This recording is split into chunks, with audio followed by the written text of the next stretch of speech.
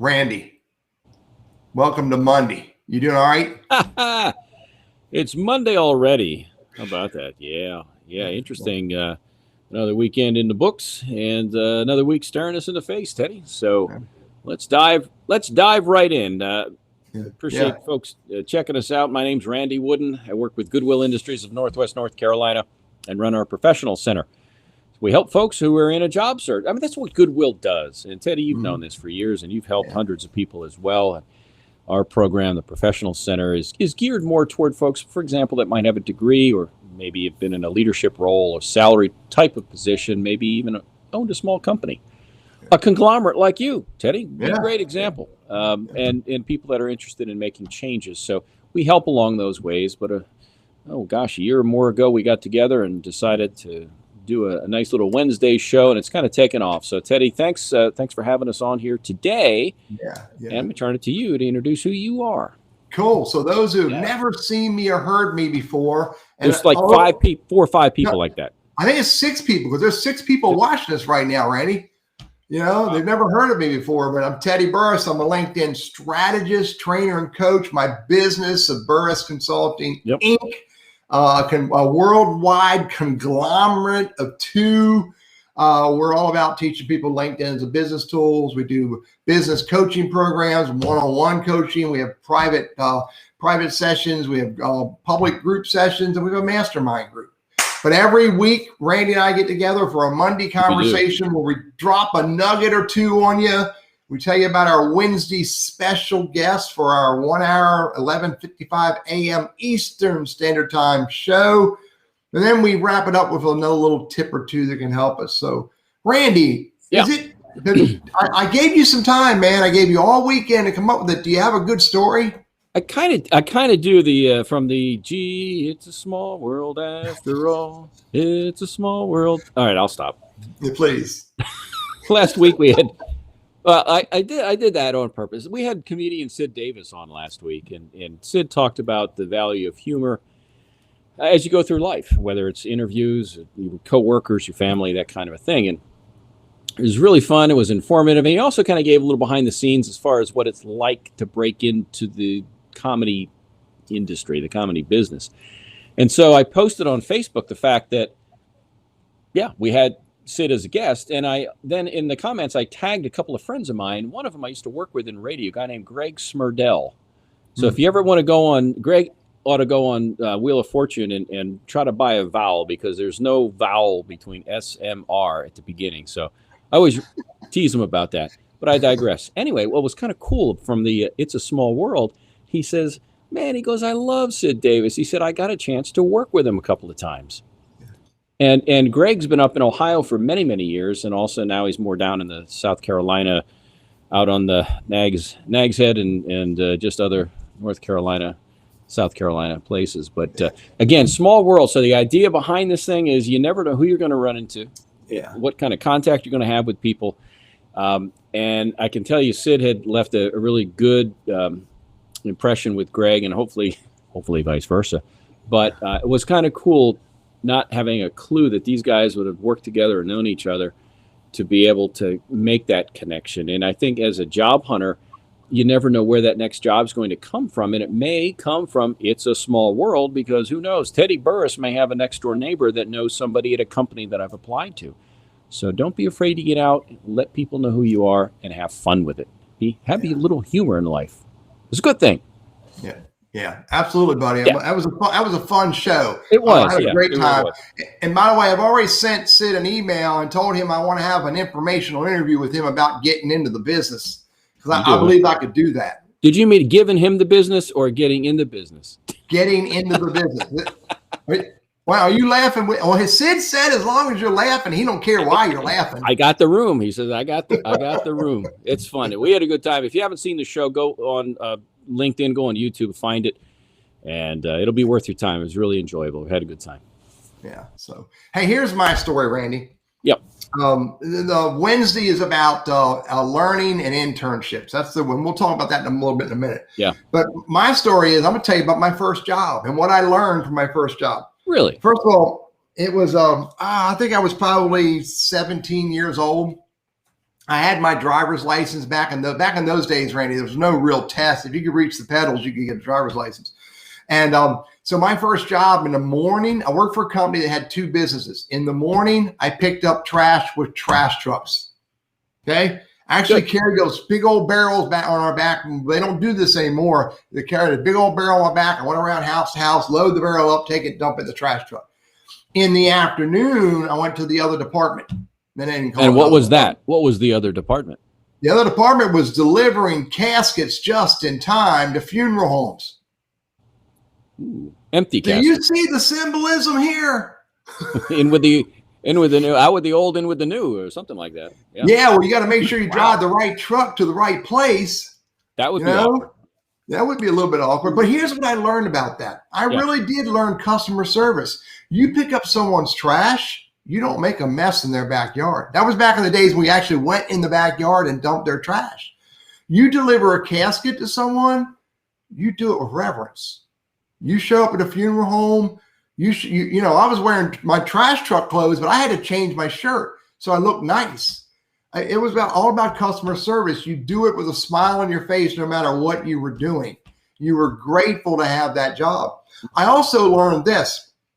I also learned that you treat people's property with respect. I made a huge mistake. I drove the trash truck and hooked a basketball net, knocked down a basketball net. Now, I was quite naive back then, and I pretended like I didn't happen. Pretended like I didn't do it. My boss called me in when I brought the trash truck back. He goes, "What happened on 63rd Elm Street?" I said, "I don't know, man. What are you talking about?" And I could see in his eye that he knew what I did. And I immediately said, "I screwed up, buddy." I said, "Tell me what you need me to do." He says, "I've already taken care of it with the customer." He says, "But the next time you make a mistake, you walk up to the person you made the mistake with and you apologize and you offer to make it right." That was a powerful lesson for me. It was, yeah. And that you weren't fired for it too. You're able to learn from that and stay there. So yeah. Wow. Well, I was fortunate I didn't get fired. So anyway, that's my story. It's Randy's story. It's a small world. I can relate to that too as well. Hey, Randy, who are our special guests this week? We have 2, not 1, but 2. How about that? We have 2, Terri Cummings from Greater Winston-Salem. Mm-hmm. She'll join us along with Danielle Rose from Forsyth Tech. Yeah. It's going to be all about learning and earning. They call it a win-win. It's about internships. Mm-hmm. And internships can be a great way to get your foot in the door to learn, is this something I can do? Something I might want to pursue as a career? And also on the flip side, I think it gives businesses an opportunity to see a young Teddy Burriss in action, for example. And is this somebody who we feel we can groom and train and who also will fit into our corporate culture? So it's a way to kind of get your exposure early in life to maybe something you hadn't considered before, but what could end up being a real good career path for you. So we'll talk again with Danielle and with Terri about internships here for folks that might have an interest at that point. Yeah. When you were a kid, did you do any intern work?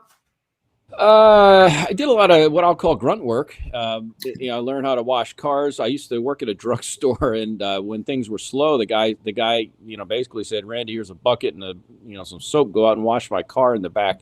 So I would do that and shovel snow and pretty much anything that it took.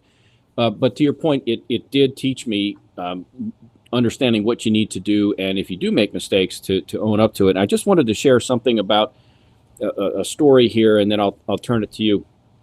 And that is something that we talk about a lot at Goodwill, and we try to promote with folks, and that is to be a lifelong learner. Mm-hmm. And whether it's an internship and you learn about, getting my foot in the door and pursuing whatever, I think as we go through life, if we don't continue to keep our skills current, whether it's technical skills predominantly or other skills, leadership skills, management skills, time management, you name it, we start to fall behind.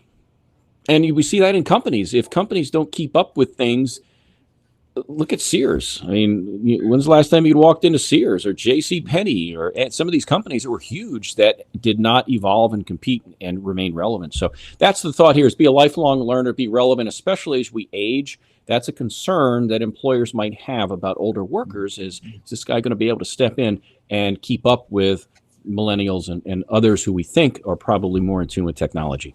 Yeah. Yeah. I'm with you, buddy. And by the way, Randy, when I start aging, I'm going to pick up my learning stuff, but I want to wait till I start aging. Glad to hear. Wait, what? Yeah. No, I'm with you. And it makes a lot of sense. But here again, and I'm guilty of this, and I think a lot of folks are, you kind of get in your day-to-day and you do your day-to-day and you understand what's needed and required. And you get so busy with what's this far in front of your nose that, and then you have your family life and your things you enjoy. And sometimes that continuous improvement gets lost, or it's less of a priority. And it's easy for that. It's like exercise, and it's easy to push that away. So I'd encourage folks not to. And really looking forward to our guests coming up this week. Really. Yeah. So, hey, Ray, I'm with you. So here's the thought I have about lifelong learning. It's really not hard. I mean, it's really today it's pretty easy, man. If you've got one of these devices in your hand, any flavor of a smartphone, you can learn through those things day in and day. They have apps that you can just click on an app and, consume little teeny nuggets of knowledge and ideas and perspectives. I mean, look, there's programs out there that are very reasonably priced. LinkedIn Learning, Udemy, Skillshare, Learn Formula, Learn Desk. There's hundreds of them out there, and maybe even thousands of them out there. Again, the Udemy's, the Illumios, the Skillshare, the TabletWise, those are all the standards. LinkedIn Learning, everybody knows about those, and they're relatively inexpensive. I mean, you could do LinkedIn Learning. I think you can get it for as low as $25 a month. You can get, so why wouldn't, if you want to keep growing and learning, then look for ways to consume ideas and content any way you can. Find a mentor and, just find some smart person who's playing in the sandbox you want to play in, and hang out with them. Ask them questions. There are dozens of ways to learn. And if you're not learning on a regular basis, you're becoming a dinosaur. And we all know what happened to dinosaurs. We do. And hey, you mentioned lifelong learning, and you mentioned about LinkedIn Learning. If somebody has a library card and your library system has access to it, then it's free to you. Yeah. And even if you don't, let's say there's another city that does have this, then if you can obtain a library card from that county, then you can get access to it. So just know that it's out there. And always, I guess the thought here is, don't lose your curiosity. Just the other day, I put an app on my phone called, I think it's called Duo Amigos or something like that. Anyway, I'm going to learn some entry-level Spanish. Not because I have to, but because I want to. I think just out of curiosity, because you go in the store and you hear and you're like, what are they saying? What are they saying? So it's just been something. Plus, I think I can do a better job of serving our clients, as we have clients who are bilingual, but Spanish for them is their primary language. And for me to be able to help them, I've got to be able to understand and converse in ways that we can both understand. So for a variety of reasons, that's on my radar, and I'll report back to you, Teddy, at some point. Yeah. Well, what I'm wondering, Randy, are you giving up on learning English? I ain't never mastered it. No, actually, my mom was an English teacher, so I think I'm fine with that. But I've always wondered about other language, and I got to tell you, just quick note here is, it's easy to look when you go into a store and you see somebody speaking or hear them speak another language, and you go, "Come on, man, can't you get with it?" Whatever. But you know what? The reality is, they already know a language or two, and for them, English is their second, third, or fourth language. And for us, how many people who were born here, we speak English, whether it's well or not. How many of us are fluent enough to be able to survive if you dropped us in the middle of another country or in another culture? So my hat's off to folks who are trying, and attitude is huge. And I just want people to understand that, you don't have to be perfect, whether it's to get a job or to go through life. You want that effort, and a little bit of humor can go a long way. Really can. Cool. So, by the way, Randy, did I tell you I'm not going to be here on Wednesday? I think I heard it through the grapevine. But I found a really good sub co-host for you. You did, huh? I know who it is. It's Leslie Speed. Leslie Spees. Yeah. So she's pitching in. And by the way, do not interview her to replace me, buddy. Oh no, I wouldn't do that. Okay, just checking. So I wouldn't even try to speak Spanish with her. I mean, I know about 2 or 3 words right now, and I can't even think of them offhand.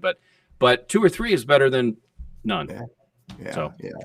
All right. So join us at 11:55 a.m. on Wednesday. Leslie Spees will be substituting for me. Randy will have special guests. Will be Terri Cummings and Danielle Rose. The conversations about learning and earning and all about internships. Thanks for showing up today. We'll see you in another day. All right. Take care of yourself.